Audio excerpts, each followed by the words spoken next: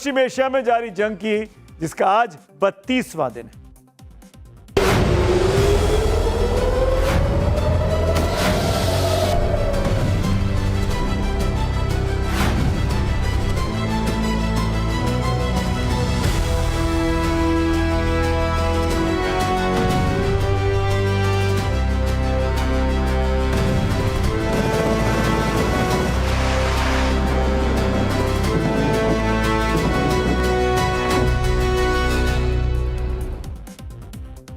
तो खाड़ी देशों में जारी जंग में ना इजराइल थम रहा और ना ही ईरान, लेकिन अमेरिका की तरफ से ऐसा लग रहा है कि मानो ट्रंप ने सरेंडर करने का मन बना लिया, क्योंकि खबरें ऐसी हैं कि ट्रंप ने खुद के एग्जिट का रास्ता बनाया इस लड़ाई से कैसे बाहर निकल सके।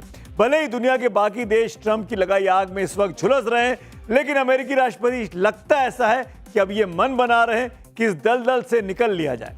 इस बड़ी खबर पर बात होगी आगे, लेकिन पहले इस वक्त की एक बहुत बड़ा अपडेट, एक बहुत बड़ी ब्रेकिंग न्यूज आ रही है। पश्चिम एशिया में जारी जंग पर रूस की एक बड़ी चेतावनी आई है। रूसी विदेश मंत्री सर्गेई लावरोव ने कहा है कि हालात तीसरे विश्व युद्ध की ओर जा रहे हैं। बड़ी चेतावनी है लावरोव की। वर्तमान हालात विशाल संघर्ष में बदलने के सभी संकेत दिखा रहा है। लावरोव इशारा कर रहे हैं कि थर्ड वर्ल्ड वॉर की ये शुरुआत हो सकती है, जिस तरीके से संकट गहरा रहा है। हम ट्रंप की बात आगे करेंगे कि क्यों वो युद्ध से निकलना चाह रहे हैं, लेकिन इस बार एक और बड़ी खबर आ गई है। एक और ब्रेकिंग न्यूज, स्पेन के बाद अब इटली से भी अमेरिका को बड़ा झटका लगा है। इटली ने अमेरिका को सिग्नोला मिलिट्री बेस का इस्तेमाल करने से मना कर दिया है।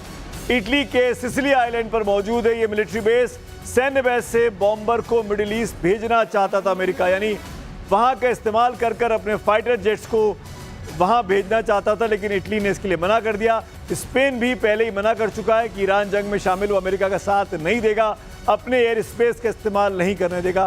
तो स्पेन के बाद इटली भी खुलकर अमेरिका के खिलाफ इस जंग में दिखाई दे रहा है। इस वक्त एक और बड़ी खबर आ गई है।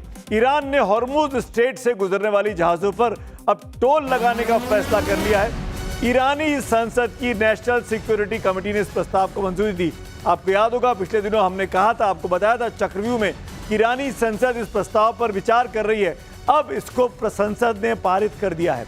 प्रस्ताव में अमेरिका इजराइल से जुड़े जहाजों की एंट्री पर रोक लगाने का प्रावधान है। हालांकि यह प्रस्ताव अभी तक कानून नहीं बना है। इसे लागू करने के लिए पहले संसद, गार्जियन काउंसिल और फिर राष्ट्रपति की मंजूरी लेनी होगी। तो पहली सीढ़ी पार हो गई है, संसद ने इसको पारित कर दिया है। इधर स्टेट ऑफ हॉर्मुज को लेकर इजरायली पीएम बेंजामिन नेतन्याहू ने एक बड़ा बयान दिया है। क्या कहते हैं नेतन्याहू, देखिए। नेतन्याहू कह रहे हैं कि खाड़ी देश स्टेट ऑफ हॉर्मुज को बाईपास करने का प्लान बना लें। खाड़ी देशों को अपने तेल गैस को सऊदी अरब के रास्ते लाने का प्लान बनाना चाहिए, यानी स्टेट ऑफ हॉर्मुज को छोड़ दें। और अब बात उस बिग स्टोरी की जिसने वॉशिंगटन से लेकर तेहरान तक भूचाल ला दिया। वॉल स्ट्रीट जर्नल की एक रिपोर्ट ने पूरी दुनिया को सन्न कर दिया है। दावा यह किया गया कि राष्ट्रपति डोनाल्ड ट्रंप ईरान के खिलाफ अपना सैन्य अभियान खत्म करना चाहते हैं, रोक देना चाहते हैं। तो क्या ट्रंप को लग रहा है कि वो इस युद्ध में पिछड़ रहे हैं, हार रहे हैं? लेकिन शर्त ऐसी कि जो सरेंडर करने से कम नहीं है। क्योंकि इस रिपोर्ट की माने तो ट्रंप इस बात को लेकर तैयार है कि स्टेट ऑफ हॉर्मुज, जो दुनिया की सबसे महत्वपूर्ण तेल सप्लाई की जगह है, लाइन है, वो ईरान के कब्जे में रहे। सवाल अब बड़ा खड़ा हो गया है, क्या ट्रंप हार मान चुके हैं? क्या ट्रंप को लग रहा है कि ईरान से सानी पाना मुश्किल है? क्या अमेरिकी महाशक्ति ने ईरान के आगे घुटने टेक दिए हैं, या फिर क्या ट्रंप खुद फंस गए हैं और अब पूरी दुनिया को इस संकट में फंसाकर किसी तरीके से अपनी जान बचाकर निकलना चाहते हैं?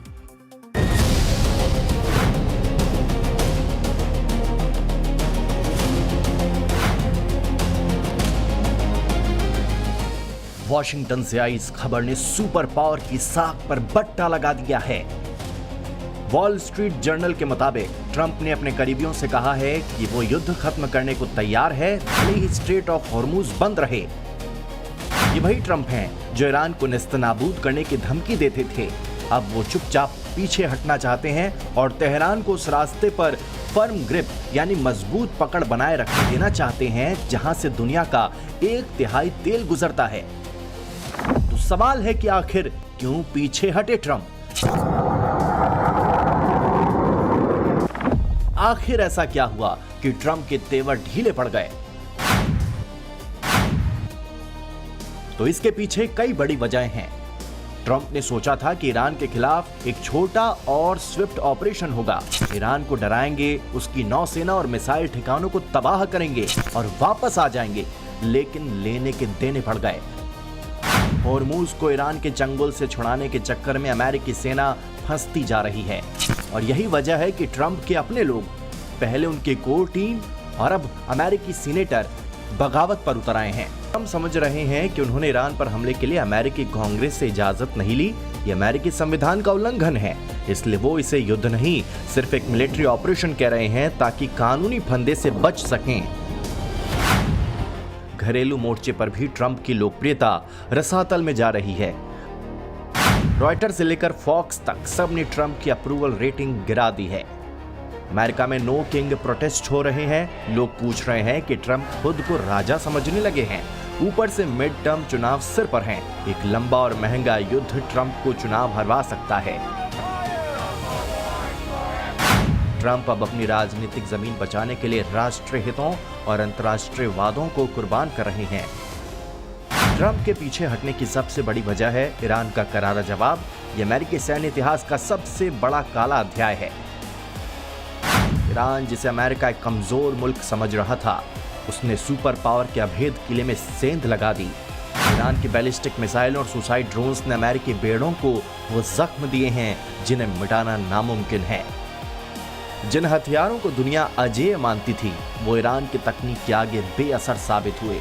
ट्रंप को समझ आ गया है कि अगर युद्ध जारी रहा तो अमेरिकी ताबूतों की लाइन लग जाएगी। लेकिन अब दुनिया के सामने ट्रंप का असली चेहरा आया है। ट्रंप ने जो आग लगाई है और अब बुझाने की जिम्मेदारी दूसरों पर। क्या खाड़ी के वो देश जो अब तक अमेरिकी सैन्य ताकत बदौलत ईरान से लोहा लेने को तैयार थे, उन्हें ट्रंप ने एक ऐसी लड़ाई में अकेले छोड़ दिया है जिसे वो कभी नहीं जीत सकते।